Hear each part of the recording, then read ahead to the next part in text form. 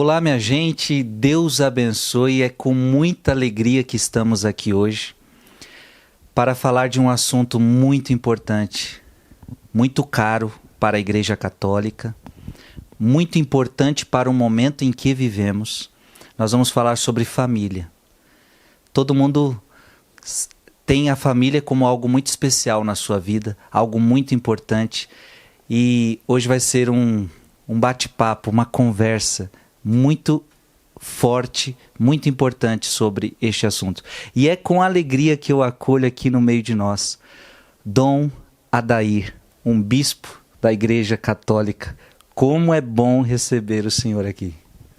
Muito obrigado, Frei Gils, uma oportunidade ímpar na minha vida estar aqui ao lado do senhor, um sacerdote que tem dado um testemunho tão bonito de amor à igreja, de amor à missão, à evangelização, de amor ao povo de Deus, carinhoso com o povo, dedicado, preocupado com a salvação das almas. Muito obrigado por esta oportunidade. O senhor é uma grande inspiração para todos nós. Que alegria. E eu digo mesmo para o senhor tem sido uma inspiração, uma bênção para todo o Brasil. Dom Adair, com as suas homilias, ultrapassa os limites de sua diocese e ajuda não só sua diocese, mas o Brasil e o mundo, com as suas palavras, com a sabedoria que Deus colocou no seu coração. Bispo da onde? Bispo de Formosa, Goiás, 80 quilômetros de Brasília. Olha aí, quiser visitar já sabe onde é. O senhor já estará lá conosco no dia 7 de dezembro, no seu aniversário, para celebrar a missa conosco à noite e também de manhã o nosso rosário, né? Olha aí, já está divulgando aqui algo muito especial. Dia 7 de dezembro, marque na sua agenda, dia 7 de dezembro, na Diocese de Formosa, eu estarei, no dia do meu aniversário sacerdotal, rezando o rosário, celebrando Santa Missa. E olha, vai ser um dia muito especial, estou muito feliz. E com certeza o rosário vai encher a catedral. Vamos fazer ao vivo da catedral, já tem muita gente mobilizada. O nosso cura da catedral, o padre João Manuel, que inclusive está aqui assistindo esta nossa meditação, já está com seu conselho, com suas lideranças, preparando essa dádiva de Deus. Tanto o senhor como eu, nós não valemos nada. O valor nosso está no ministério que Deus nos confiou de forma imerecida, que nem eu mereço ser padre, nem o senhor, nem um homem merece ser padre. Deus não quis se servir dos anjos, mas de homens carnais, de homens localizados na história, para dar continuidade ao sinal de nosso Senhor vivo e ressuscitado, presente no meio de nós, neste mundo tão grande. Amém. Já deu para ver, né, minha gente? Vai ser bênção o que a gente vai conversar. Nós vamos falar sobre família e Dom Adair vai nos ajudar nessa reflexão. Primeira pergunta que eu lhe faria, Dom Adair, e é uma pergunta que não é tão óbvia. No mundo de hoje, parece que estamos perdendo a noção do que é família, de uma coisa tão simples, mas que parece que no mundo de hoje é preciso se dizer mais do que nunca. O que é família no plano de Deus? No Encontro de Casais com Cristo, que eu tenho a honra de acompanhar em todo o Brasil como assistente eclesiástico nacional, a pedido da nossa conferência episcopal, na segunda etapa nós temos uma palestra exatamente com esse tema: o que é a família no plano de Deus. Para a gente compreender isso, precisamos escutar o que diz a revelação divina, que está contido na Sagrada Escritura. E a Sagrada Escritura, ela é a voz de Deus através da voz dos homens que a escreveram de forma inspirada no Espírito Santo. E a Sagrada Escritura, ela começa relatando a criação do homem e da mulher, destinados por Deus um ao outro para viver o amor, a geração e a criação dos filhos. Esta concepção bíblica da revelação divina, já no início da Sagrada Escritura, vai perpassando toda a revelação da economia divina, até chegar no Apocalipse, quando o Senhor revela a João em Patmos, na ilha onde ele estava exilado, o retrato da Jerusalém celeste. Então a família no plano de Deus, ela já deve ser uma semente de luz daquilo que será o céu. Daí que nós temos muitas pregações que eu tenho visto, e também a comunidade Luz da Vida em Goiânia trabalha muito isso, famílias do céu aqui na terra. Então o plano de Deus para a família é que cada família seja esta semente do reino, esta luz do reino, esta prefiguração daquilo que é a Jerusalém celeste, a igreja celeste, que é a grande família dos que forem salvos ao redor do grande rei, nosso Senhor ressuscitado. Então este é o plano de Deus para a família. A família, ela vai caminhando segundo as moções divinas, segundo aquilo que a Sagrada Escritura fala e define sobre o seu papel neste mundo, e aquilo que a igreja vai nos orientando, a tradição da igreja, e o Espírito de Deus que anima a igreja, vai animando as famílias que se abrem à conversão, ao arrependimento e a um seguimento a Jesus, para saber qual é o seu papel neste mundo. Ser família é maravilhoso. No livro do Gênesis, a gente vê que Deus diz para Adão: o homem deixará seu pai, se unirá à sua mulher, e os dois serão uma só carne. A pergunta que eu faria é essa: existe família sem casamento? Olha, para nós católicos, e aqui toda a nossa conversa, ela é para os católicos que já estão na igreja e para os que estão a caminho do seu ingresso na comunidade dos que são chamados a viver a ressurreição de Cristo nesse mundo. Para nós católicos, a família começa no altar. Isso é muito importante. Olha que lindo isso. A família começa no altar.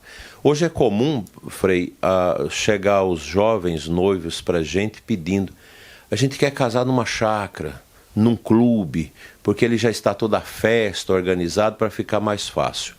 E geralmente quando isso ocorre, eu aproveito para dar uma catequese. Nós somos ordenados diante do altar. O seu ministério, o sacramento da ordem que Jesus lhe deu, lhe conferiu, não lhe pertence, não pertence a mim, como o casamento também não pertence aos nubentes. É um dom de Cristo, é um sacramento, sinal sensível da graça de Deus. Então o altar, ele faz essa conexão com todos os sacramentos. O sacramento da ordem, o sacramento da confissão de per si deve ser sempre atendido na igreja, no confessionário, que você está ali confessando, mas já olhando para o altar, já visualizando o mistério de Cristo que nos resgata e que nos ama. Então a família cristã começa no altar, diante do altar. É selada a aliança do esposo com a esposa, essa entrega tão bonita, tão extraordinária. Eu, particularmente, gosto muito de assistir os casamentos. Mesmo como bispo, geralmente, alguns jovens me convidam para assistir o casamento deles, eu faço com muita alegria, porque é um momento tão belo, porque o nosso sacerdócio veio da família. A família é fundamental, a família ela possui um valor absoluto, e ela começa no altar. As alianças. O direito canônico nos ensina, e o direito litúrgico também, que o matrimônio deveria ser sempre celebrado dentro da missa. Mas por questões pastorais, as dificuldades, até mesmo a assembleia que vem para participar do sacramento do matrimônio, às vezes não tem muito preparo, não tem essa iniciação cristã, fica um pouco aquela bagunça. Mas os noivos, eu gosto muito de dar a comunhão para os noivos dentro do casamento, para sinalizar esta unidade do sacramento do matrimônio com o sacramento da Eucaristia, com o altar. Ara Dei Christo Est. O altar de Deus é Cristo. E o nosso olhar para o altar é que traz ao nosso coração esta visão que Moisés teve ao atravessar o deserto com seu povo. Moisés, sem saber, ele tinha já uma intuição para algo para além do horizonte. Isso Michelangelo soube transmitir muito bem na estátua de Moisés, que está lá na igreja de São Pedro, em Víncula, que vale a pena a gente ver Moisés sentado como mestre, como patriarca, olhando para o futuro. Então o altar é esta mesa na qual o casal deve alimentar-se, e com seus filhos que vão fazendo a primeira comunhão, como esse impulso que nós temos pela fé para olhar para o horizonte. Uma família cristã, ela não pode nunca olhar só para a terra. Ela deve olhar para frente, para o céu. O pai e a mãe precisam formar seus filhos para o céu. O esposo e a esposa, um ajudando o outro, com esse objetivo de levar as suas vidas para o céu. Isso é muito bonito. Não é fácil de compreender, mas eu diria para vocês, casais, vocês namorados, vocês noivos, vocês são casados, se vocês entenderem o que é o sacramento do matrimônio, eu repito aqui, parafraseando as palavras do cura d'Ars a respeito do sacerdócio, vocês morreriam, não de susto, mas de amor. O casamento cristão, ele começa diante daquilo que é a mais viva expressão do amor, o altar de Deus, onde nós oferecemos o santo sacrifício de Cristo, é a memória mais profunda, onde Cristo se nos dá, através das espécies do pão e do vinho consagradas pelas mãos do sacerdócio. Por isso, do sacerdote. Por isso que o matrimônio e a missa não pode ser desassociado. Nossa, que lindo, que lindo. Gente, olha que bênção é a família. O Dom Adair, de fato, respondeu o que é a família no plano de Deus. E aí, Dom Adair, se isto é a família, com certeza o diabo não suporta a família, o diabo quer destruir as famílias. Como é que o senhor vê hoje esse ataque espiritual? Me lembra até das palavras de Lúcia, onde disse que a última batalha do diabo contra a humanidade seria contra a família e o casamento. De fato, me parece que nos dias atuais a gente vê um ataque muito forte no mundo espiritual contra a família. Quando Nossa Senhora apareceu em Fátima, ela, dentro das suas mensagens, dá para a gente entender que ela apontou para nós quais seriam os campos determinados pelo demônio. E ela disse: os seminários, os conventos e a família.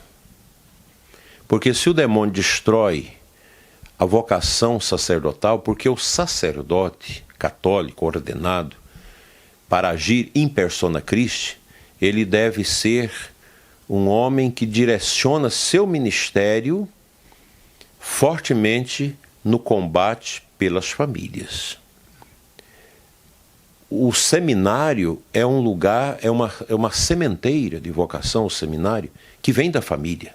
Veja que as coisas estão ligadas muito à família. A família cristã, ela gera os filhos para a vida, para Deus e para os seminários. Então o diabo, ele ataca os seminários. Nossos seminários passam por grandes dificuldades.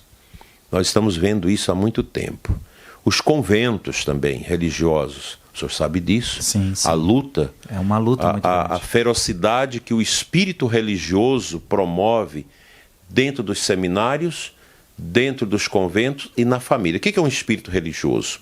O espírito religioso é um demônio especializado em fazer as pessoas realizar as coisas de Deus, mas provocando divisões, desamor, ódio e incompreensões. Isso acontece dentro do seminário, dentro dos conventos, no clero e também na família. É evidente que há um ataque severo do inimigo às famílias. Eu sei que muita gente hoje já prega abertamente que não existe o demônio. Inclusive, às vezes, até dentro de lideranças católicas. O demônio existe. Existe, eu tenho provas da existência do demônio através de exorcismo, de momentos estranhos que eu tive que passar atendendo pessoas realmente possessas, tomadas, assumidas psíquica e fisicamente por forças sobrenaturais do mal. Então o inimigo, ele tem um ódio daquilo que é de Deus. Basta ler o livro do Gênesis, a criação, toda a ação do demônio para inocular a sua peçonha, o seu veneno no coração de Eva e Adão, para desconstruir a beleza do paraíso. Porque Deus fez tudo dentro de um processo de liberdade. Se Ele não criasse o mundo, as pessoas sem esse viés da liberdade, Ele deixaria de ser Deus, porque o amor supõe a liberdade responsável. E foi aí que o inimigo da obra de Deus, o demônio, inoculou seu veneno no coração do primeiro casal, que, obedecendo à voz do estranho, que Jesus, lá no capítulo do Bom Pastor, do capítulo 10 de João, ele vai dizer: olha, as minhas ovelhas escutam a minha voz e fogem à voz do estranho. Adão e Eva não conseguiram identificar que ali era uma voz do estranho. E o inimigo entrou. Hoje o inimigo entra do mesmo jeito na vida das famílias, através da promoção da vaidade, do exibicionismo e de tantas outras misérias, da pornografia, das tentações. O demônio vai assoviando a sua maldade no interior de um homem casado, de uma mulher casada, dizendo: como é isso? Você está sendo escravo desta pessoa. Não existe esse negócio de você fazer uma promessa para a vida toda. Olha, você está perdendo tempo, você tem que satisfazer os seus instintos. Você precisa conhecer um corpo diferente, uma pessoa que faz relação sexual diferente. Você precisa disso. Ah, mas vocês ficam só nessa mesma cama, vocês vão ter aniversário de casamento, vá a um motel, é tudo diferente. E use aquilo que os motéis oferecem para melhorar o prazer. Isso é uma tentação. O inimigo vai solapando, vai esvaziando o coração do esposo e da esposa, e de repente o casal está em ruínas. Já não consegue mais ir à missa, foge da confissão, já não consegue mais rezar o seu rosário e abre uma greta onde o inimigo entra e vem aí toda uma destruição. É horrível o que nós estamos vendo nas famílias. Há pouco tempo eu fiquei muito consternado e sofrido com uma separação de um casal de 52 anos de casados por causa do esposo, uma pessoa de dinheiro, de muitas posses, que conseguiu uma mulher com 31 anos, me parece, à custa de dinheiro. E houve a separação.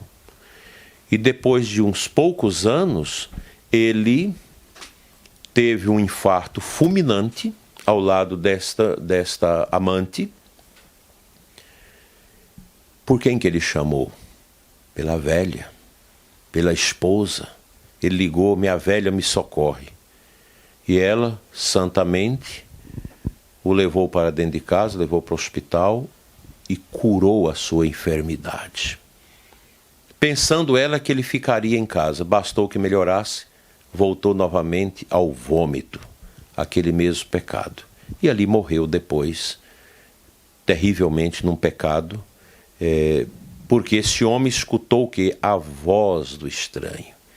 Arrume a mulher mais nova, usa o Viagra, usa estimulante sexual.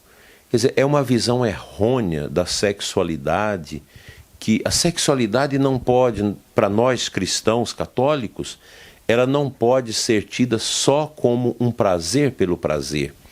A sexualidade de um casal cristão, ela deve estar nesse nível da mística, da oração. É o amor, é a bondade, é as coisas de Deus, a vivência interior da fé que leva o casal a repetir no relacionamento íntimo dos dois aquela imagem linda que São Paulo fala na carta aos Efésios. O amor de Cristo pela sua igreja. O esposo, quando ama a sua esposa, é como Cristo amando a sua igreja. E a esposa, quando amada pelo marido, que devolve o seu amor, é a igreja que ama o Cristo. Então, esta visão mística, espiritual, do matrimônio, da sexualidade dos casais cristãos, ela é fundamental para dar sentido à vida. Que lindo, que lindo. Ainda um pouco nisso, Dom Adair, desse ataque contra a família, eu não sei se o senhor concorda comigo, mas temos visto hoje um ataque muito forte da mídia, da televisão, da internet. Ou seja, tem muita coisa ruim para a família. O senhor concorda com isso? Eu tenho até dito que a gente precisa parar de ver essas coisas, porque senão não vai ter jeito, a nossa família vai ser contaminada por isso. Meu irmão, a gênesis desta realidade está lá atrás. Nós tivemos algumas negações muito grandes ao longo da história aqui no Ocidente. Lutero, que nega a igreja no século XVI. Depois você tem uma Revolução Francesa, a Revolução Industrial, com o Iluminismo, toda essa coisa que veio da França, que nega Jesus. Ficam apenas com uma ideia vaga de Deus, uma ideia maçônica de Deus. Isso fica, né? E depois com o marxismo, Karl Marx, depois Durkheim, Frederico Engels, depois Frederico Nietzsche, Sartre, toda essa gama de filósofos existencialistas e socialistas, nega-se Deus. Tudo é negado. E com a Segunda Guerra Mundial e com o pensamento relativista e ateu que vem depois, há uma negação da pessoa humana. O ser humano não vale nada. E agora nós estamos entrando numa fase da negação da verdade. Então essas grandes negações, elas têm muito a ver com isso. Quando se tenta implantar o comunismo é ateu, sempre foi reiteradas vezes condenados pela igreja, como o capitalismo selvagem também, porque eles ferem a dignidade da pessoa humana. O comunismo foi tentado, a sua implantação, através dos tanques, através dos canhões, através dos fuzis, através da guerra. Mas isso não deu muito certo, não. E nós temos uma figura italiana, Antonio Gramsci, que nasceu em 1891 e faleceu em 1936. Ele foi preso pelo fascismo de Mussolini por 10 anos. E ele escreveu 10 cadernos do cárcere. E nesses cadernos, ele tem ideias fantásticas que depois vão ser aprimoradas pela escola de Frankfurt e também pelo Foro de São Paulo, aqui na América Latina, onde Gramsci diz: você, para implantar o socialismo, precisa desconstruir algumas realidades. Dentre elas, a família cristã judaica, judaico-cristã. Porque você desconstruindo a família facilita o ingresso dessas ideias e de uma melhor acolhida. E aí você entra com um viés da luta de classes, você desconstrói a família, colocando o homem contra a mulher contra o homem, toda essa questão do feminismo, não dá para discutir tudo isso aqui. Todas estas realidades de confrontos, que é próprio do materialismo histórico comunista, isso interfere terrivelmente nas famílias. Nos últimos 70 anos, a gente vem assistindo essa desconstrução paulatina, sim, uma desconstrução da família, com uma deploração do prazer sexual, desse escárnio contra a família tradicional, que eles chamam de família tradicional, patriarcal, que precisa ser desconstruída, destruída, para você ter uma pluralidade de afetos que não se organizam de forma como nós conhecemos na cultura judaico-cristã. Então esse movimento está em curso, ele não é de agora, ele é antigo, que a gente foi vendo isso sendo desenvolvido nas novelas, nas telenovelas. Eu ainda menino lembro que as primeiras novelas eram no rádio. O senhor é muito novo, o senhor não lembra disso. Não tinha televisão, não tinha imagem, mas já tinha as novelas, fazia seus barulhos de carro, andando a cavalo, aquela coisa toda. E ali você já tinha toda uma visão errônea da família, querendo desviar para um outro viés o sentido da família. Isso tomou proporções muito arraigadas nos últimos tempos, através de uma promoção de outros modelos familiares, em que você pode ter casamentos entre 5, 6, 7 pessoas, e que inclui animais, todas essas aberrações, essas barbaridades, nós temos muito presente. Aqui eu estou dizendo essas coisas porque é para nós, católicos, né? A gente não tem nenhum julgamento contra as pessoas que escolhem esses caminhos, que não são os caminhos bíblicos, que não são os caminhos da nossa tradição. A gente respeita, nós não temos problema com as pessoas que têm essas concepções. Porque às vezes quando a gente fala dessas coisas, as pessoas pensam que a Igreja Católica quer obrigar todo mundo. Impor. Não é. A Igreja Católica ela não é uma imposição, ela é uma opção, ela é uma proposição de uma vida em Cristo, através da escuta da palavra, do acolhimento da tradição e do magistério da Igreja, e com a unção, com a força que os sacramentos conferem ao coração de quem adere à Igreja Católica. Então essas perseguições elas estão aí, e hoje muito fortemente impostas pela ideologia de gênero, que o Papa Francisco, oportuna e objetivamente classificou como coisa do diabo. É uma das belíssimas definições acerca do que é a ideologia de gênero. O Papa Francisco diz uma coisa do diabo. E é isso mesmo, daquilo que divide, daquilo que fomenta toda uma confusão na cabeça das crianças. E o que me impressiona, Frei, é que muitas lideranças nossas hoje estão tomadas por essas ideias. Que essas ideias elas foram plantadas na cultura, no ambiente universitário e escolar, na mídia, na grande mídia, que hoje está em crise. A grande mídia está em crise. As pessoas de boa confiança já não acreditam mais na mídia, né? Na política, na igreja, essas ideias elas entraram dentro da igreja também, porque as pessoas devotadas a essas ideologias marxistas, elas entendem que você desconstrói de dentro para fora. Então a igreja, a família vem sendo desconstruída de dentro para fora. Isso está aí, essas mentalidades difíceis que nós precisamos, com muito cuidado e discernimento, refutar com a nossa própria vida. Gente, que fantástico, hein? Eu não sei, vai acompanhando, porque o Dom Adair está trazendo um conteúdo riquíssimo, está nos mostrando família. Veja, aqui nós estamos mostrando família no plano de Deus, aqui a gente está mostrando família na visão bíblica, aqui nós estamos mostrando família no que para o católico, para um cristão, aliás, para cristãos, né? Qualquer cristão que ouvir o que o Dom Adair está dizendo há de concordar com isso.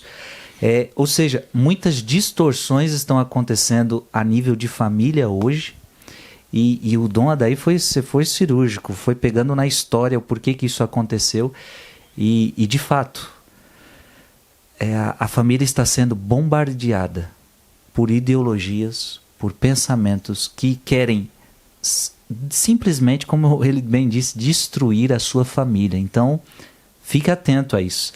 Dom Adair,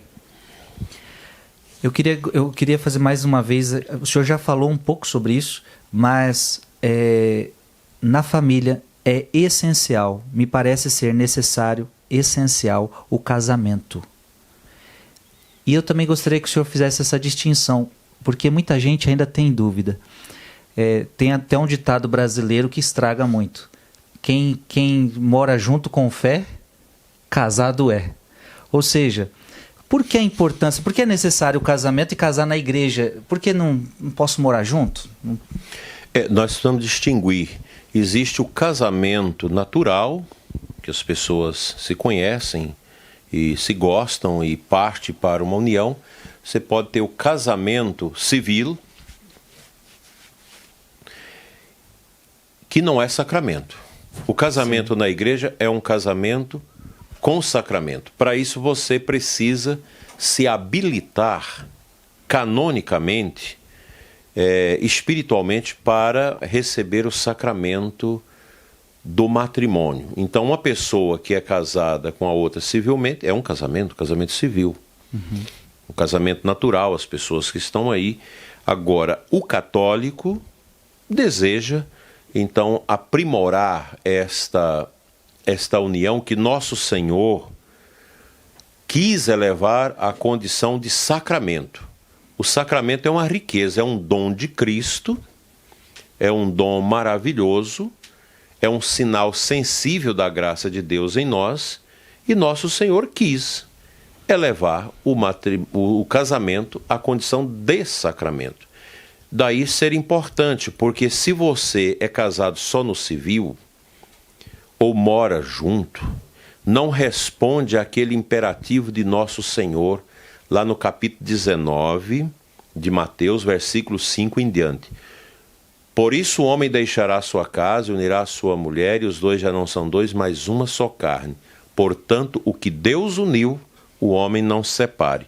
Então, o casamento civil, ele é uma união pela lei dos homens. Enquanto que o casamento na igreja, assistido canonicamente, que preenche todos esses requisitos para que haja o sacramento, ele é uma bênção de Deus. Não é o padre que faz o casamento. E quando, eu vou aproveitar que o senhor é bispo, né? E quando o padre e a pessoa mora junto, e o padre fala, não tem problema não, pode comungar, pode fazer de tudo. Bem, isso aí já é uma influência de uma ideologia que o Papa Bento XVI combateu severamente, que é o relativismo moral. Hoje nós temos esta doença do relativismo na nossa sociedade e dentro da igreja, em que as pessoas acham, não, todo mundo pode receber Eucaristia, não tem o casal de segunda união, tudo bem, ele pode também comungar, porque está junto, o amor é que resolve tudo. Eu fiquei uma vez assustado com um ensinamento do Santo Padre São João Paulo II, que o Papa, todos os anos, no final de janeiro, ele faz uma reunião com a Rota Romana, que é o tribunal do Papa em Roma, que trata desses processos de casamento. E o Papa faz um discurso à Rota. E o Papa João Paulo II disse que o amor não é absolutamente necessário para o casamento. E eu me lembrei de uma entrevista que eu fiz como seminarista, depois eu fui meditar isso, para meu avô e minha avó nos seus 50 anos de casado. E eu perguntei à vovó, a senhora sempre amou o vovô? E ela disse, meu filho, depois de 30 anos de casados,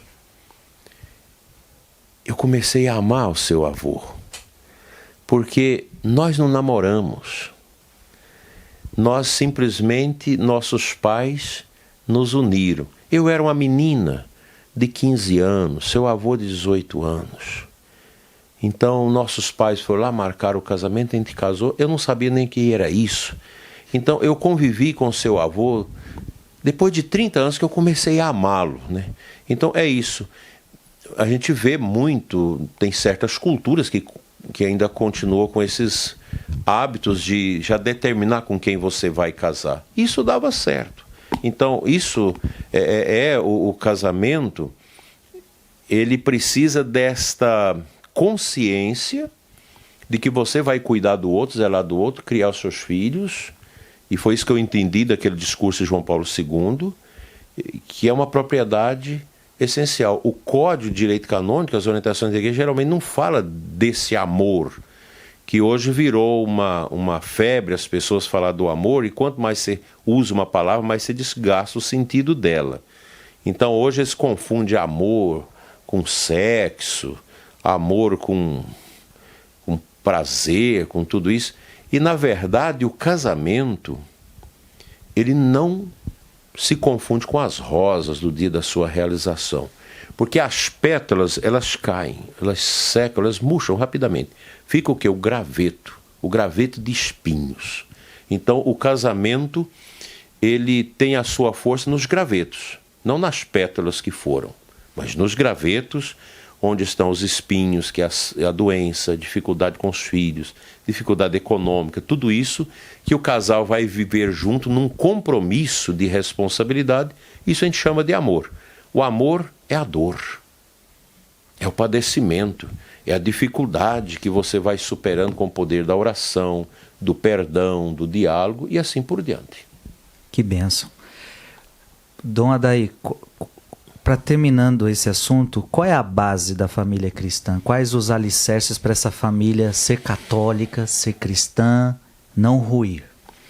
Nos Atos dos Apóstolos tem uma passagem que eu não me lembro, que eu sou muito ruim para decorar as passagens bíblicas, onde Lucas diz: a pedra que os construtores rejeitaram tornou-se a pedra angular. A base. A base de uma família é Nosso Senhor Jesus Cristo. Aliás, para todos nós católicos, a base de tudo é Cristo. Tudo é Cristo. Cristo é o centro. Cristo é o centro de tudo. A Eucaristia, que é a presença de Jesus no nosso meio, é o centro. Então, a minha vida de bispo, de sacerdote, ela tem que ter como centro Cristo. A vida de um diácono permanente ou transitório é Cristo. A vida da religiosa, do consagrado, o centro é Cristo. E a vida de um casal, e o Concílio Vaticano II retoma essa dimensão, o casamento, o casal como um modo de vida, como modo de vida do sacerdote, do religioso, do consagrado, tem que estar apoiado sobre Cristo. Então, a base fundamental, elementar de um matrimônio é Cristo. E isso a gente precisa tornar visível. Como assim? A própria casa de um casal cristão católico, ela deve evidenciar: aqui Cristo é o centro. Um crucifixo, a palavra de Deus, um oratório. Hoje as pessoas constroem um bar nas suas casas e esquece que isso não representa. Se você tem um bar na sua casa, significa que a bebida passa a ser uma espécie de algo indispensável nessa família e pode conduzir o quê? Ao alcoolismo, uma porção de coisas desagradáveis. Então a casa de um casal cristão católico, ela deve evidenciar esse sinal. Esta família se assenta sobre a rocha. A rocha é Cristo, a pedra fundamental. Então, o presépio no tempo do Natal, no tempo da paixão de Cristo, alguma coisa que represente a paixão de Cristo.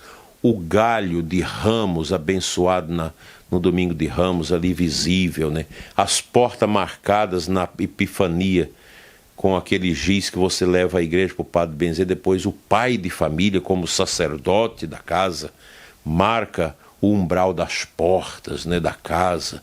Esses sinais que evidencia o que está no coração do esposo e da esposa e dos filhos. Cristo, a base de tudo.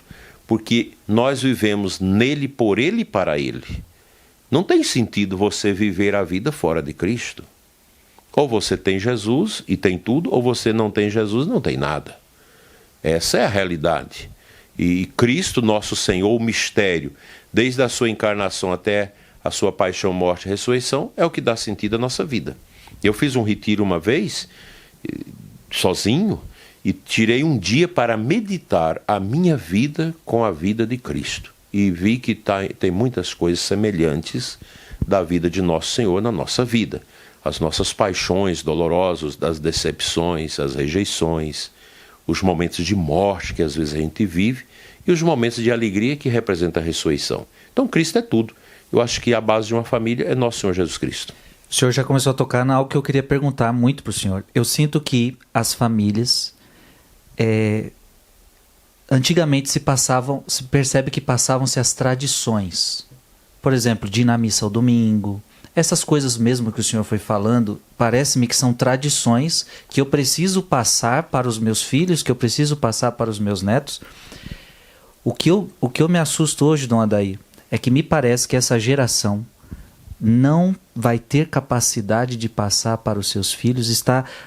As famílias católicas não estão passando suas tradições. Como o senhor enxerga isso? Eu acho muito bonita e significativa aquela passagem de São Paulo, carta aos Efésios 6:10. há forças do mal espalhadas nos ares. São os caminhos simbólicos, são as mensagens subliminares, terríveis, que as ideologias esparramam através dos meios de comunicação social, da forma que eles existem em cada época, isso desde o Império de Roma. Sempre houve essas ideologias e coisas mundanas que depauperam a vida das pessoas de bem. Então nós vivemos esse tempo complexo. O Padre Jonas já pregava sobre a nova era há 30 anos atrás, eu também pregava naquele tempo, mas a gente achava que poderia ser algo muito distante. E a New Age chegou, ela está aí. É a nova ordem mundial, que vem sendo preparada há muito tempo. O que eles estão prevendo agora para 2030? O chamado novo reset. O que é isso? No computador, quando você quer apagar tudo que está no computador, você dá um reset. Apaga tudo para começar de novo. Então, há uma ideologia muito pesada, com bilhões de dólares atrás de tudo isso. Família Rockefeller, Bill Gates, George Soros, esse povo todo, juntamente com a China, o comunismo chinês, todo um conglomerado de dinheiro que investe alto nisso para produzir esse novo reset. E para essa gente, toda a cultura, toda a civilização ocidental, ela é um estrago.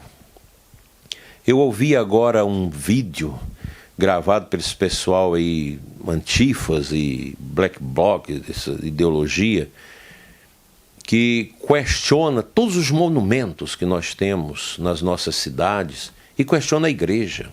Me assustou quando aquela menina com a voz mansa, para entrar na cabeça das pessoas, isso as universidades, sobretudo os cursos de história, trabalham muito isso, uma igreja bonita com as torres altas, e ela dizia: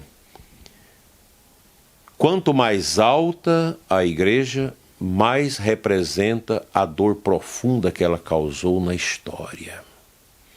Então há uma perseguição em curso ao cristianismo, que está incluído nesse projeto do novo reset, que é um resetar de tudo que foi feito até agora para recomeçar um novo tempo.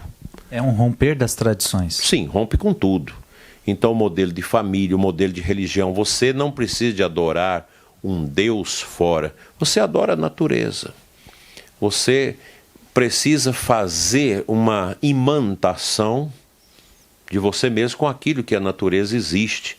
Então você pode fazer um yoga em cima de uma pedra. E o centro é o homem. Sim, claro. O centro é o homem, e o importante é o seu bem-estar. Sim, o Papa Bento XVI falava isso, mas tem uma homilia muito interessante do bispo Fulton Sheen, no ano de 1946, nos Estados Unidos, em que ele já falava disso, que essa cultura estranha está sequestrando a verdade sobre Deus, sobre o homem, sobre a igreja, para impor novos conceitos. E um conceito do homem como centro, mas um centro controlado, porque a nova ordem mundial ela se baseia no controle e no reset também da liberdade das pessoas. Sim. Ela trabalha isso, né? E uma globalização da religião. Porque já que o ser humano tem uma realidade que Aristóteles já dizia isso 300 anos antes de Cristo, que o ser humano é um ser religioso, então você precisa dar esse alento. Não tem como você matar isso. Aí você conduz para uma religião do controle da mente, uma religião que você adora a natureza. Não te compromete, né? Sim, não. E hoje cresce muito isso, pessoas que... Não, Deus para mim é a natureza. Deus é o riacho, são as nuvens, os vulcões. Então tem muita gente indo nisso. Só que para nós cristãos, não vai haver reset. Amém. Porque o reset para nós cristãos já aconteceu na cruz do Calvário.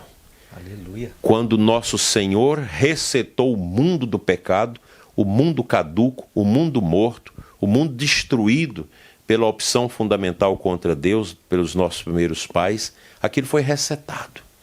Eis que morre o homem antigo em Cristo para nascer o homem novo. E eu digo para vocês com toda e absoluta certeza, a nova ordem mundial não dará certo. Ela fará um grande estrago. Todos esses poderes malignos, ditadores do mundo vão morrer. Todos vão passar. Todos que perseguiram a igreja assistiu suas mortes. A igreja vai assistir, mesmo pequenininha, pobre, sofrida, às vezes sem seus bens. Tudo indica que vai ser assim até a volta de Cristo. Mas a igreja vai assistir todo essa serpente do orgulho que se levanta para engolir o mundo da verdade e vomitar o veneno da mentira. Tudo isso vai acabar. Tudo isso vai passar. Só que a nova ordem, ela vai instaurar o caos, porque o homem sem Deus, ele se torna doente. E uma civilização sem Deus, ela se torna estranha. E essa realidade, ela vai ser presente, e é no meio dessa lama, no meio dessa escuridão que a nova ordem vai estabelecer, tentando matar a verdade. São João Paulo II já dizia, quando se quer matar Deus, mata o homem. É lá no meio de tudo isso que aquelas pequenas luzinhas, aquelas estrelinhas batizadas, humildes, configuradas a Cristo, que vão surgir para causar o mesmo efeito que a vida dos cristãos causaram em Jerusalém, no Império de Roma, que as pessoas, no meio daquele paganismo desgraçado que foi o tempo do Império de Roma, e eles vão olhar para os cristãos e falar, vejam como eles se amam. Então é o amor, o ágape divino. Não é esse falso amor do mundo, que acha que o homem é a medida de todas as coisas. Isso é uma mentira, isso não existe. Então é no meio desse caos que vai vir, que a vida cristã lá na frente vai reflorescer para a volta de Cristo.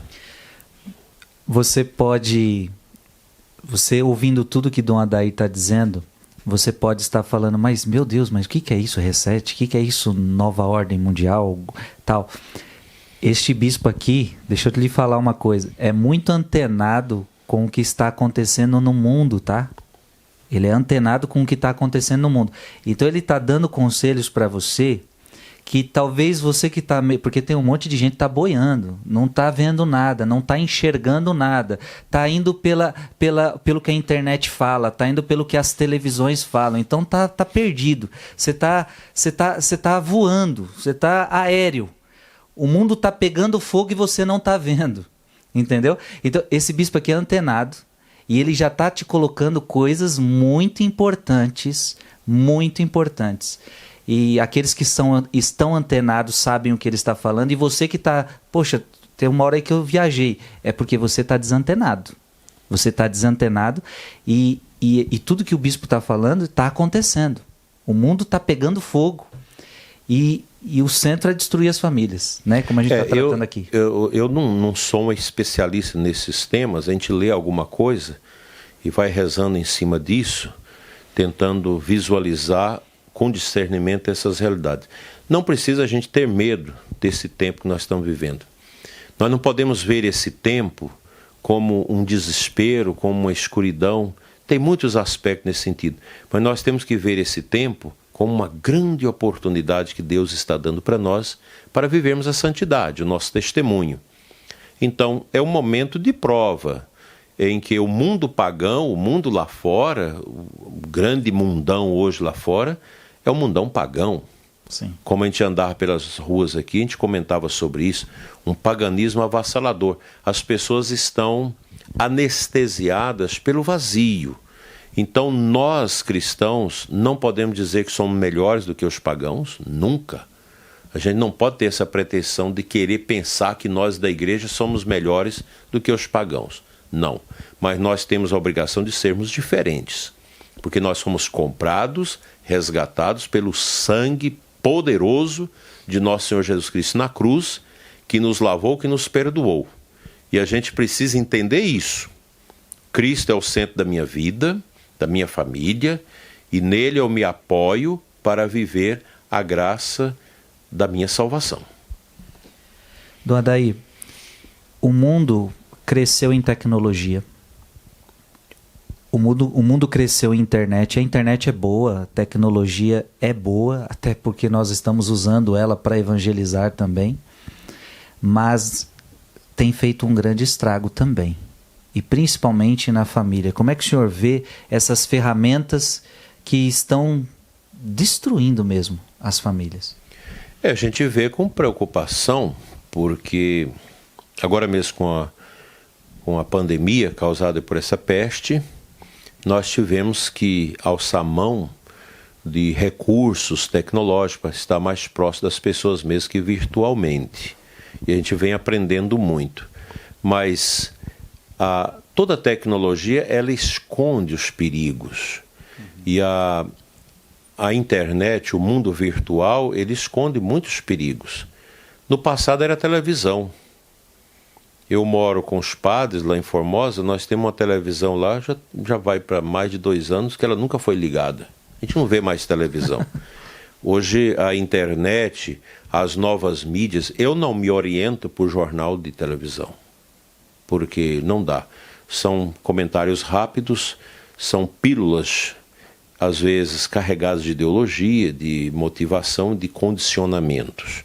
Então a gente precisa ter esse discernimento. Mas a internet é uma ferramenta extremamente perigosa.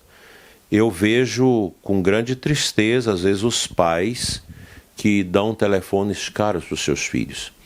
Eu me lembro quando eu fui à loja da Vivo, a primeira vez para comprar o iPhone 4.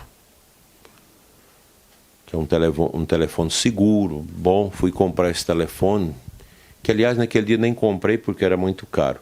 E eu vi um pai de família dando um iPhone 4 para um menino de 5 anos. Isso é de uma insanidade, porque você não tem noção do que pode estar acontecendo. Quando a gente encontra esses meninos que estão se cortando, falando em suicídio, essa coisa toda, você vai aprofundando, o problema está lá na internet.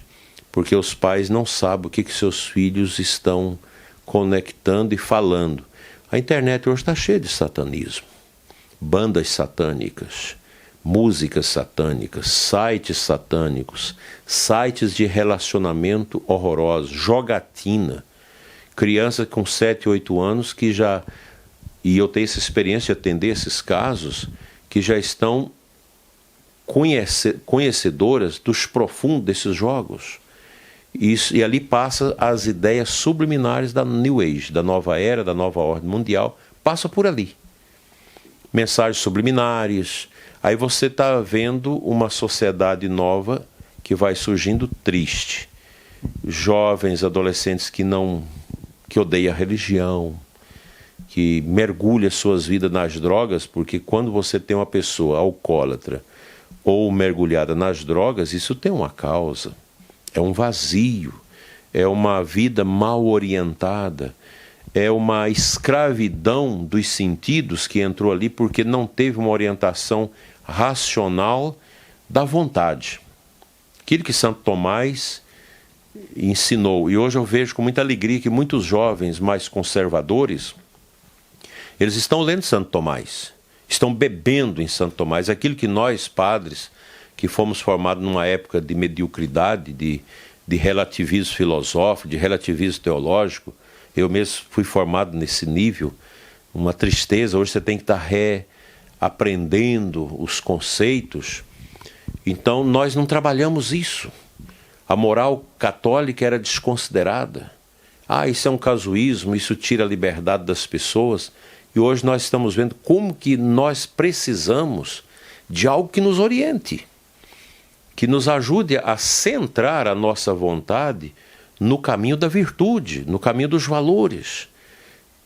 O que é um valor hoje? As pessoas não sabem. Se você pergunta a muitos jovens o que é um valor, ele confunde isso com dinheiro, mas não entende que é algo espiritual, que é algo da vontade, que é algo da inteligência, da sua liberdade.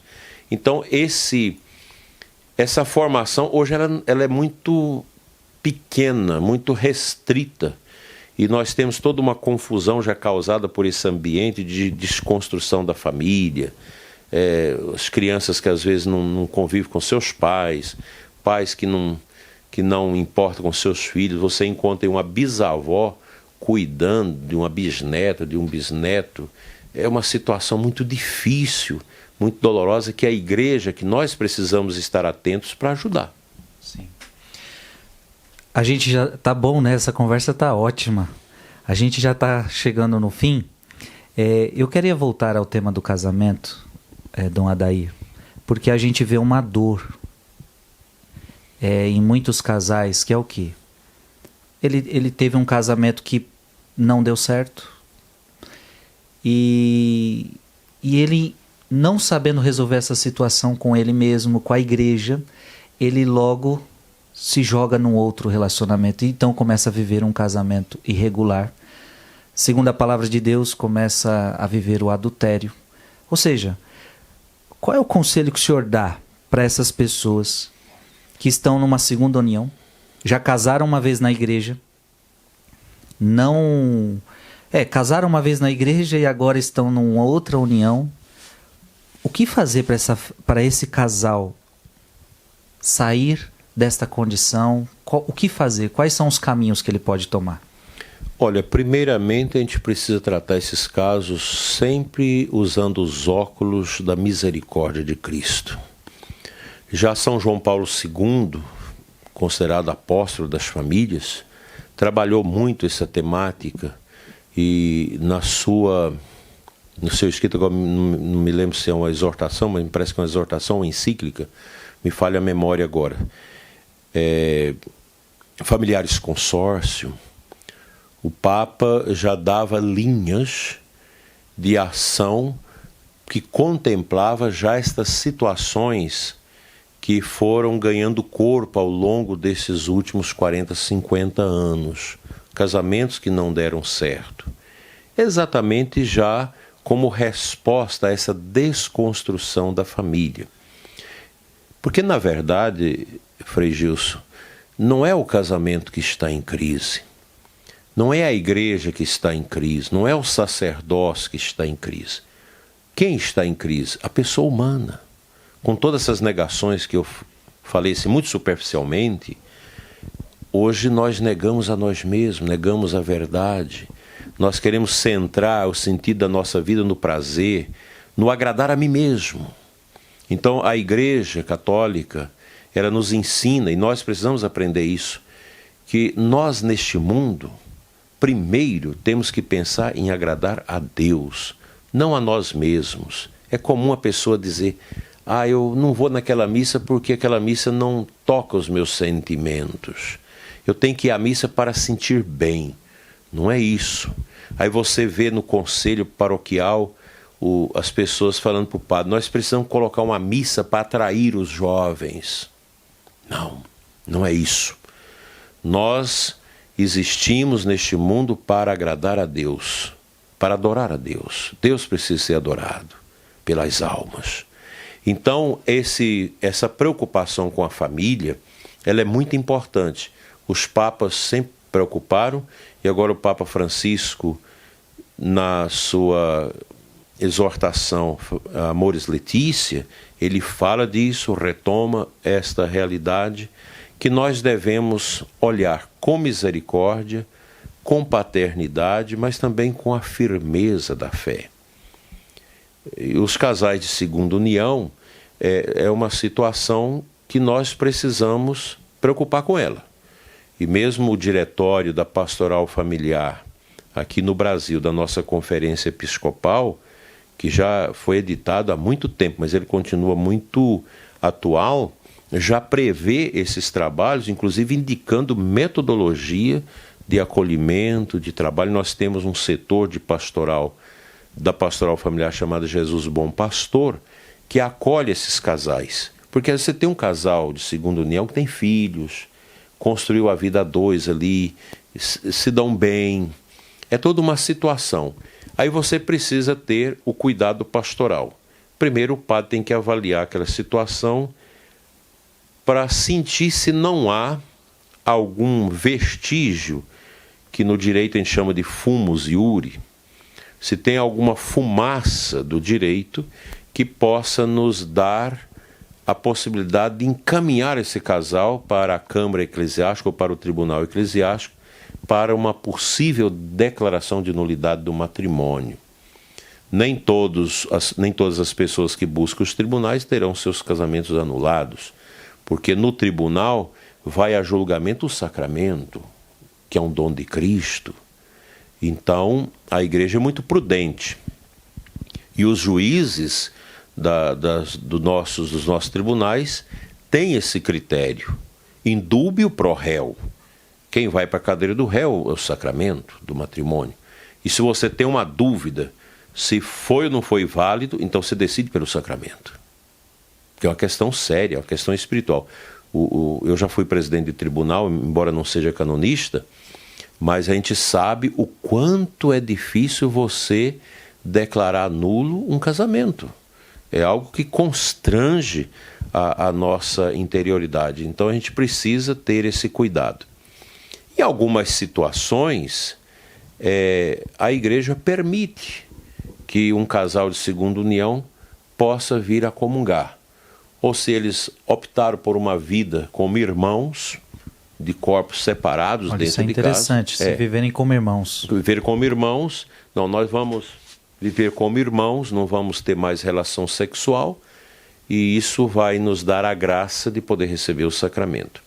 Também tem aquelas situações que o casal já não tem condição de viver a conjugalidade do conúbio sexual no casamento, em que o bispo pode, avaliando essa situação, conceder essa graça de que eles possam viver a sua comunhão.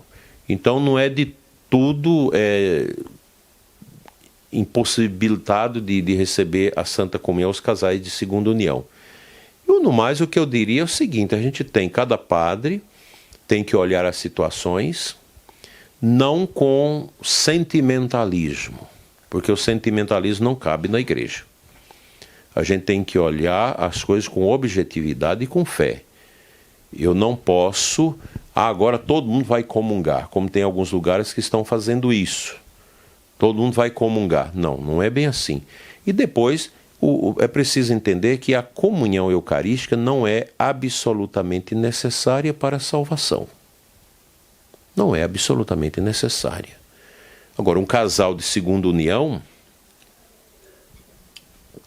não pode se eximir de participar da missa, de escutar a palavra, mesmo que está essa situação, precisa de discernimento, precisa de oração, precisa de tempo, não pode receber no momento a Sagrada Comunhão, mas você pode receber a força da palavra, os ensinamentos, viver a vida ali na paróquia, colocando as suas vidas diante da misericórdia de Deus, esperando os sinais que Deus sempre tem para nos dar. A gente acompanha essas situações e eu confesso para o senhor que eu sofro também com os casais.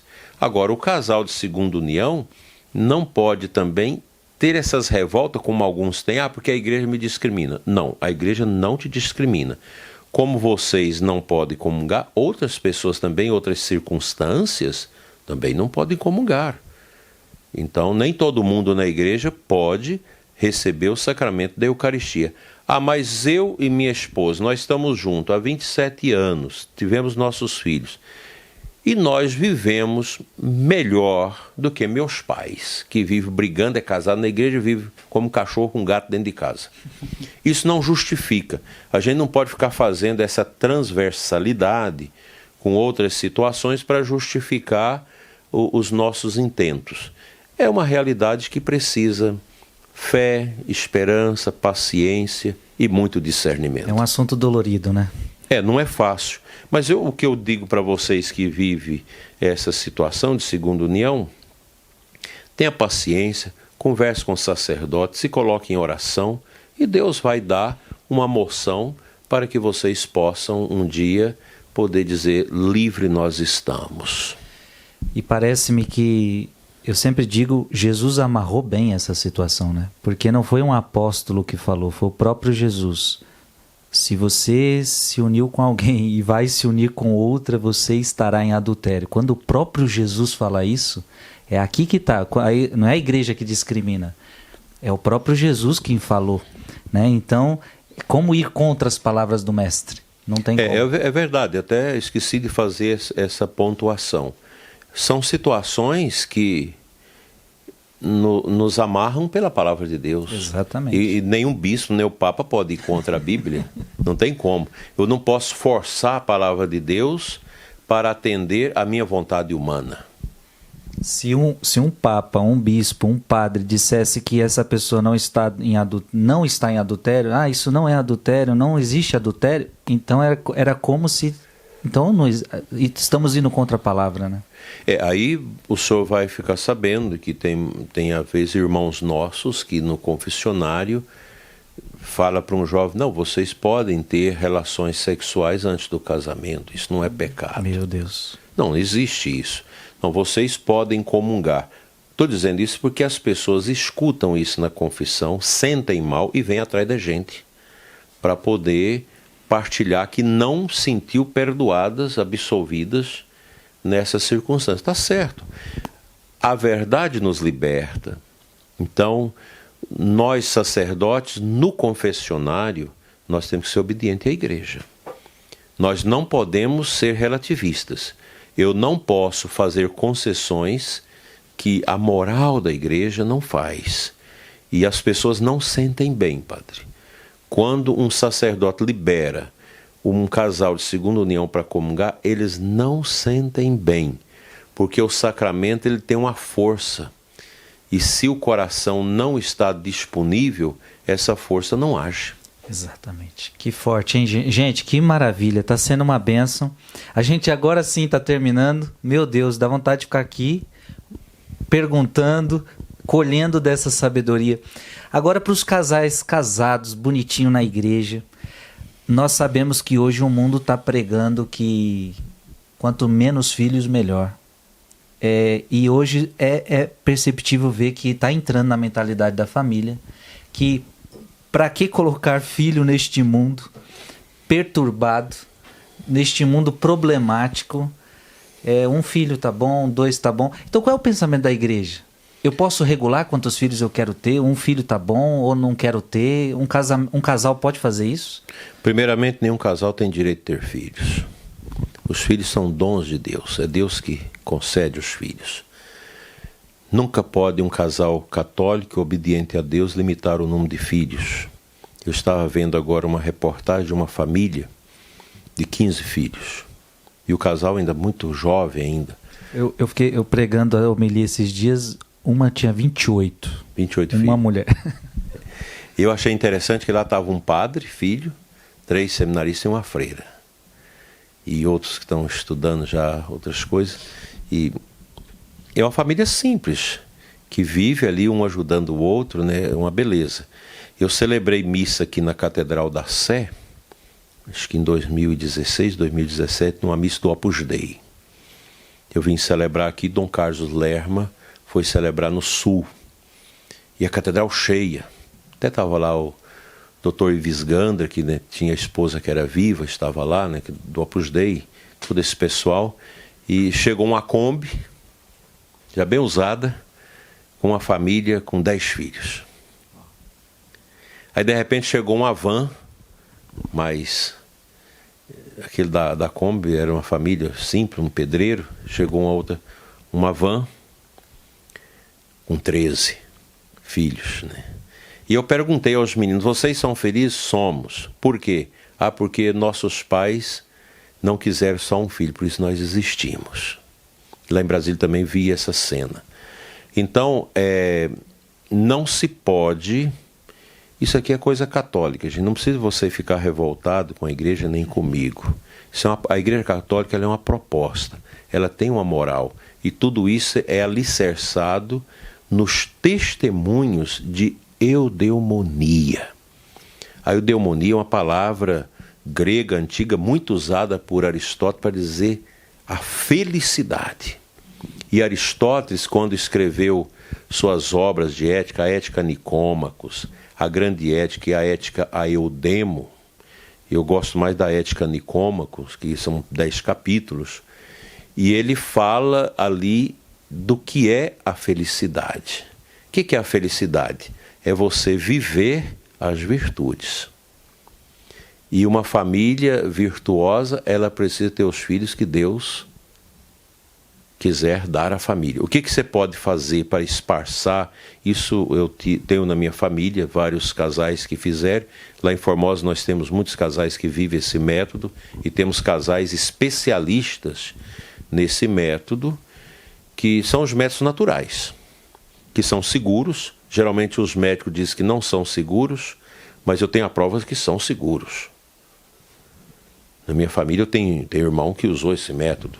Então nós vamos esperar 5 anos para ter um outro filho, vamos organizar. O que você não pode é usar o método natural para nunca ter filhos, que aí você peca também. Você pode usar para esparçar. Não, eu quero ter um espaço justificável, né, para ter meus filhos dentro de um equilíbrio, né? Então essa é a beleza. Então hoje nós vemos famílias que estão tendo os filhos que Deus lhes confia dentro dessa paternidade e maternidade responsáveis. Lá na Diocese de Formosa nós criamos agora uma confraria do Rosário. São 12 famílias de vários lugares ali, e eles não limitam os filhos. São profissionais liberais, são gente da Polícia Federal, comerciantes, advogados. Os filhos que Deus mandar. Sim, e eles estão procurando agora uma fazenda onde eles vão montar um centro do Rosário de Nossa Senhora e um homeschooling. Eles já estão dando homeschooling para os seus filhos, que é uma coisa muito boa. Eu tenho visitado algumas famílias que estão fazendo homeschooling, as famílias mesmo dando aula para os seus filhos, para poupar os filhos da ideologia de gênero, essa coisa toda. É diferente. Outro dia eu fiquei encantado com uma menina, ela é filha única porque a família não consegue gerar mais filhos. Até uma advogada que foi coroinha minha, essa coisa toda. E a menina, com 6 anos, ela já reza o terço em latim, porque a mãe está dando latim para ela há 2 anos. O ano que vem ela vai começar a dar grego, porque a mãe é culta, ela estudou para isso. O pai dá as aulas para a menina em inglês, usa um material de Singapura. Então tem uma sala própria para aula para a menina, os livrinhos próprios que ela lê toda semana. E à noite é a catequese.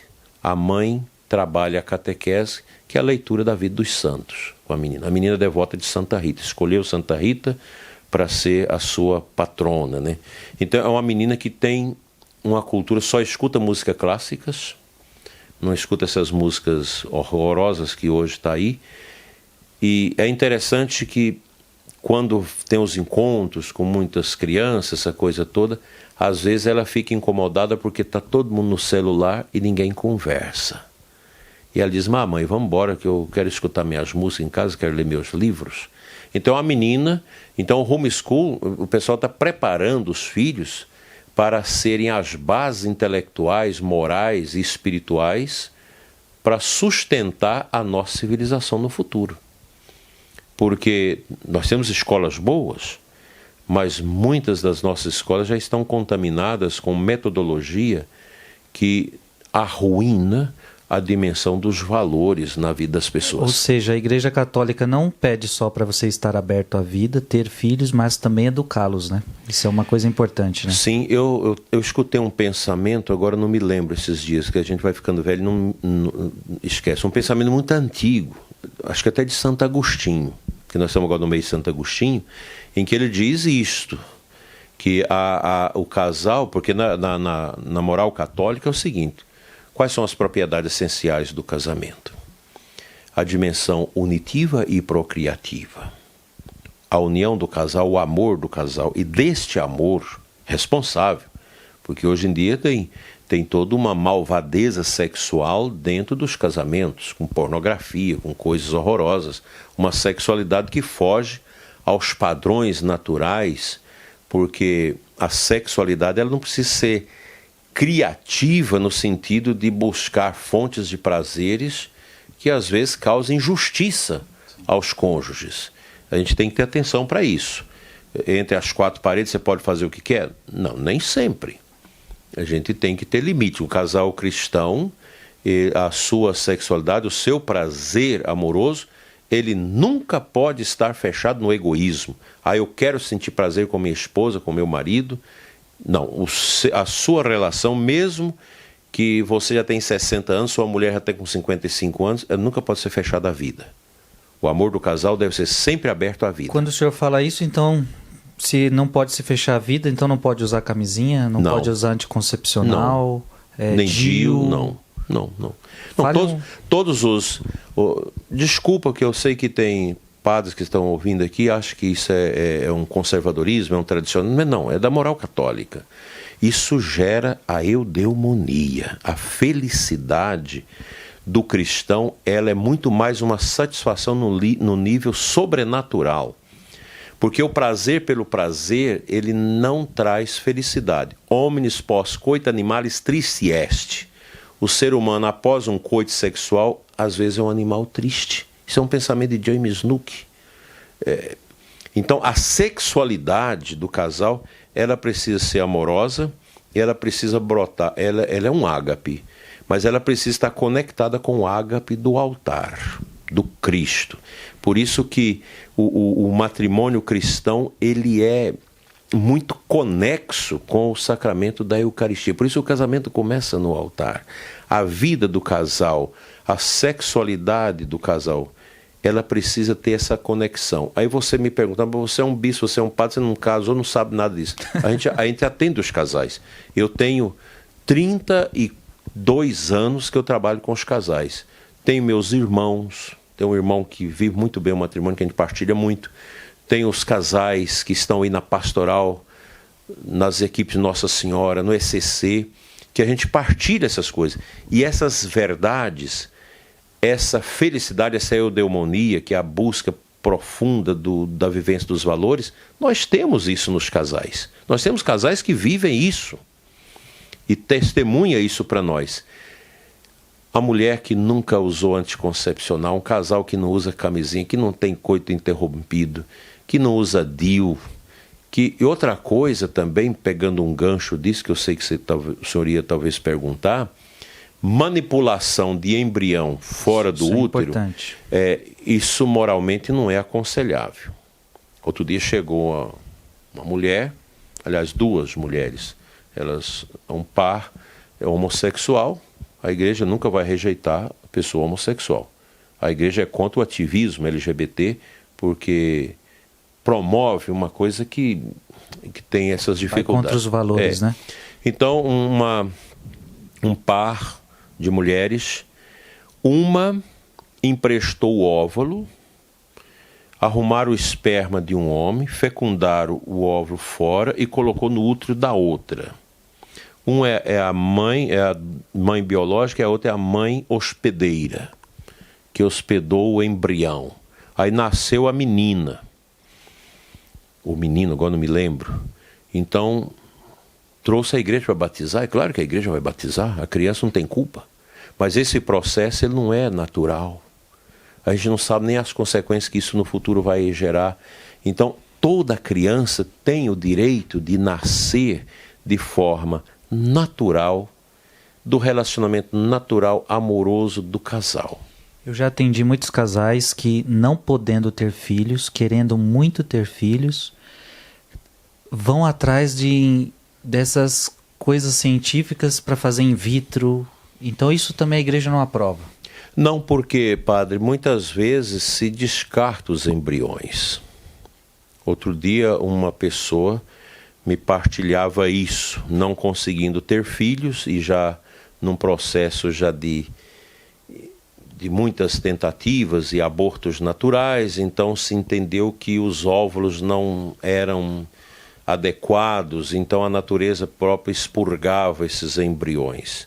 Então resolveram fazer uma concepção in vitro com o esperma do marido, usando material genético, o óvulo de outras mulheres. Então você gera um monte de embrião, porque precisa gerar, e agora selecionaram lá 2, ela engravidou de 1, mas tem mais 4 embriões. É o homem que vai definindo quem vai nascer, quem não vai nascer. Ali é vida, porque Deus criou o Senhor e criou a mim lá na trompa da nossa mãe. No momento da concepção, no momento em que a semente do nosso pai encontrou-se com a semente da nossa mãe, gerando aquele embrião, aquele zigoto, que depois vai nidar para o útero, para ter seu processo de crescimento, ali Deus nos criou. Por isso, nós cremos que um embrião já tem alma. Aí alguém fala, mas teve tantos santos na Idade Média que ainda não tinha essa concepção. Santo Tomás. Mas Santo Tomás nem sabia que existia óvulo e que achava que o que gerava no útero da mulher era a semente do pai, do homem. Não tinha esses conhecimentos científicos que nós temos hoje. Então, a partir desses conhecimentos científicos, então a igreja, fundamentada na revelação divina, na compreensão daquilo que é a tradição da igreja, vai estabelecendo essa consciência que nós católicos temos que ter em relação à vida. Agora, eu repito para vocês, isso aqui é pensamento católico. A igreja católica não quer obrigar que todo mundo não faça aborto, não faça isso. Isso é para os católicos. Então você não fica com raiva da gente e brigando. Não, é católico. Isso é uma proposta da igreja. Agora, quem segue esses preceitos sente a eudemonia, que é uma satisfação maior do que o prazer. Porque o prazer é o prazer que passa, a experiência prazerosa ela passa. Mas a prática das virtudes produz em nós um movimento de alegria, de satisfação interior, que se conecta com a grandeza do ressuscitado. Gente, fantástico, né? E tudo isso é a destruição da família, é a venda de anticoncepcionais, a venda de operações para a mulher se tornar infértil, laqueadura e isso e aquilo. Eu me lembro do Adair que eu pregando num retiro e eu falei dessa questão de ter filhos e eu vi pessoas chorando na Assembleia. E porque casais católicos estavam se fechando a vida e viram que estavam errando, né? No outro ano eu voltei naquele mesmo lugar para pregar e tinha uma mulher grávida. Ela foi me agradecer e ela dizia: Frei, eu tinha feito a laqueadura. Naquela pregação eu entendi que aquele não era a vontade de Deus para minha vida. Eu desfiz a laqueadura. Então eu achei tão interessante que tem coisas aí que dá para desfazer. Ela desfez e estava grávida de uma criança. Eu falei, que lindo. É a mesma coisa a questão de aborto, né? É uma situação muito difícil. A igreja entende que a vida tem um valor absoluto. Por isso que mesmo numa situação de um estupro, uma violência sexual, a criança que foi gerada não tem culpa. Eu já tenho acompanhado alguns casos das pessoas que levaram essas gravidez até o fim. Umas doaram, outras criaram os filhos. E outro dia eu via o testemunho de 2 padres, né? Um do Rio de Janeiro, que é um excelente sacerdote, e outro do México, que agradecia a Deus por serem padres e as suas mães porque não os abortaram, que eles são filhos de uma relação de estupro, né? Então, mas isso é absurdo. Não, se você é carnal, tudo bem, isso é absurdo. Se você não é cristão, tudo bem. Mas como que você vai orientar uma situação dessa? É a paixão de Cristo. Tudo na vida nossa, cristão, escuta, é só para nós cristãos isso aqui. Isso aqui nós não estamos obrigando ninguém a viver isso. Quem quer abortar, quem quer fazer as coisas erradas, faça, é a sua consciência. Faça. Depois pergunte se está bem. É uma proposta. A igreja tem esses ensinamentos. Eu sei que tem sacerdotes, tem gente que é contra esses ensinamentos. Agora eu pergunto, essas pessoas que é a favor de aborto, por que você é a favor? Porque você nasceu, que sua mãe não te abortou. E essa cultura da morte que denunciou João Paulo II, e todos os papas seguem neste mesmo limiar, ela não faz bem à pessoa humana.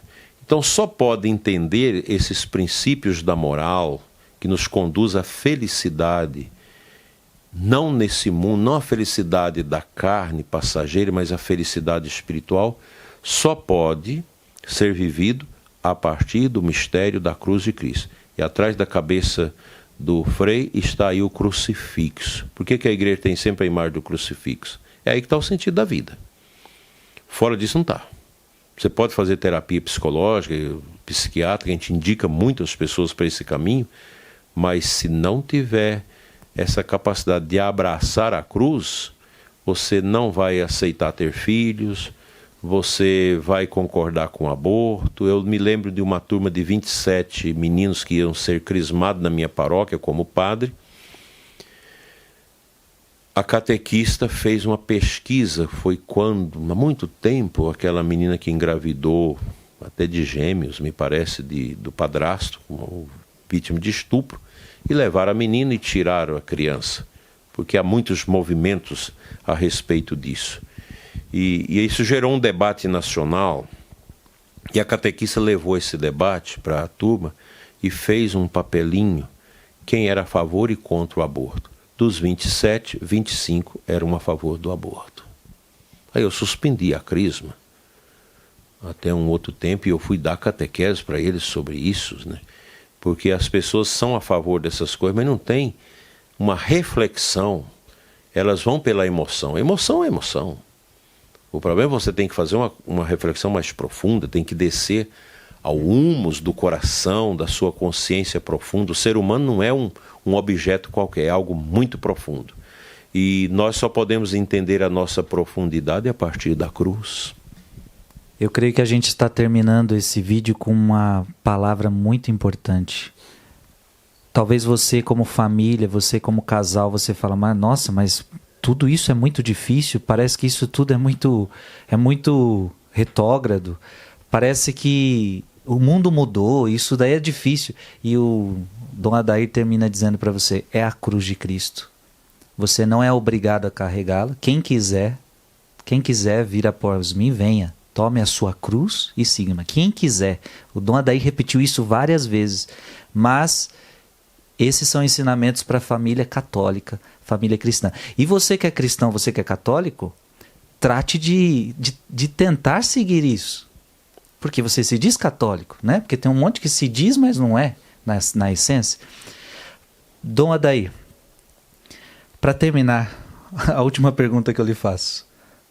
Tem esperança para as famílias do mundo de hoje? Uma palavra de esperança. Há esperança para a família hoje? Claro. Nunca vivemos um tempo tão importante como esse obscuro que nós estamos vivendo, como plataforma de esperança. Abraão lutou contra toda a esperança, né? Os grandes patriarcas, os grandes santos, sempre tiveram suas vidas pautadas pela esperança. O comunismo também tem uma esperança utópica. Utopia é um lugar que a gente sonha, mas que não existe. As ideologias sempre têm utopias. Mas nós temos esperança, e a nossa esperança é em Cristo. E nós temos diante de nós um vale enorme, profundo, que a gente às vezes não dá conta de atravessar. Que são as nossas próprias limitações, dificuldades, nossos medos, nossas angústias, nossas obscuridades. E a gente vence tudo isso através do poder da oração e da vivência dos sacramentos, da escuta da palavra. O cristão deve aprimorar na sua caminhada de vida o dom da fé, o dom da esperança, o dom da caridade. Quem é fechado ao amor, quem é fechado ao altruísmo, ao cuidado com os outros, ele é fechado também à vida. Então nós estamos nesse mundo que a Salve Rainha chama de vale de lágrimas, e é verdade. Nós cristãos aprendemos, diante do mistério da cruz, da dor de Cristo, que a nossa vida ela é pautada em cima desse binômio amor e dor. A gente ama e carrega as nossas cruzes, as nossas dores. E diante de nós está o abismo, esse grande abismo, às vezes intransponível do ponto de vista humano. Mas se você carrega a cruz de Cristo E ao chegar diante desse abismo, você pode jogar a cruz, que ela vai ser um pontilhão, uma pinguela, sobre a qual você, com muita tranquilidade, vai atravessar deste ao outro mundo. E o abismo não vai te engolir. Vida cristã não é fácil. Vida cristã é sacrifício. Sacrifício com Cristo na cruz. A vida cristã não nos dá prazer, mas nos dá satisfação, que é a verdadeira felicidade fundamentada no seguimento a Cristo, que nós podemos chamar de eudemonia ou ágape. Que lindo. Dom Adair, obrigado por sua presença. Quero lhe agradecer. Muito obrigado por estar aqui conosco. Deixe a sua bênção para nós. Obrigado por esta confiança. Obrigado a todos vocês que seguem o canal aqui do nosso querido Frei Gilson, que tem feito um trabalho bonito, de humildade, de simplicidade. Eu peço que vocês rezem por ele, para que ele continue nesse trieiro, nessa estrada da humildade, da simplicidade, carregando a cruz de Nosso Senhor. A sua cruz já é quase uma cruz de bispo, né? Grande, né? E é isso mesmo. E a nossa cruz é assim. E agradeço imensamente a todos. O Senhor esteja convosco. Ele está no meio de nós. Pela intercessão de Nossa Senhora, Mãe das Famílias, de São José, protetor das famílias, de São João Paulo II, apóstolo das famílias, e de São Miguel Arcanjo, que combate a favor das famílias, venha sobre todos a bênção de Deus Todo-Poderoso, Pai, Filho e Espírito Santo. Amém. Amém. Deus abençoe você.